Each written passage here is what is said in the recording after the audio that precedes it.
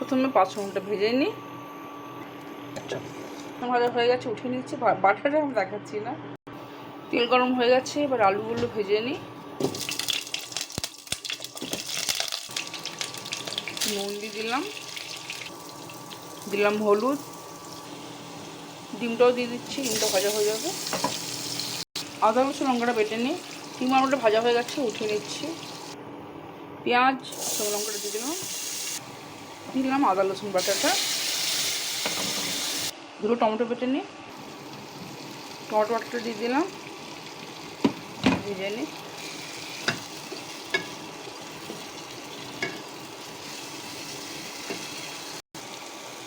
দিলাম হলুদ,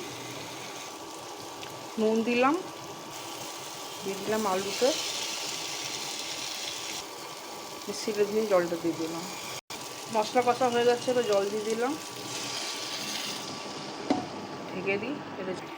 দিয়ে দিলাম ডিমটা,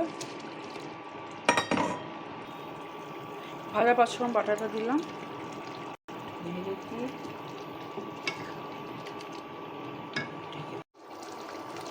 তো দিলাম ঘি, দিলাম ধনে পাতা, অফ করে দিলাম। পাঁচফোড়ন আন্ডা কারি রেডি।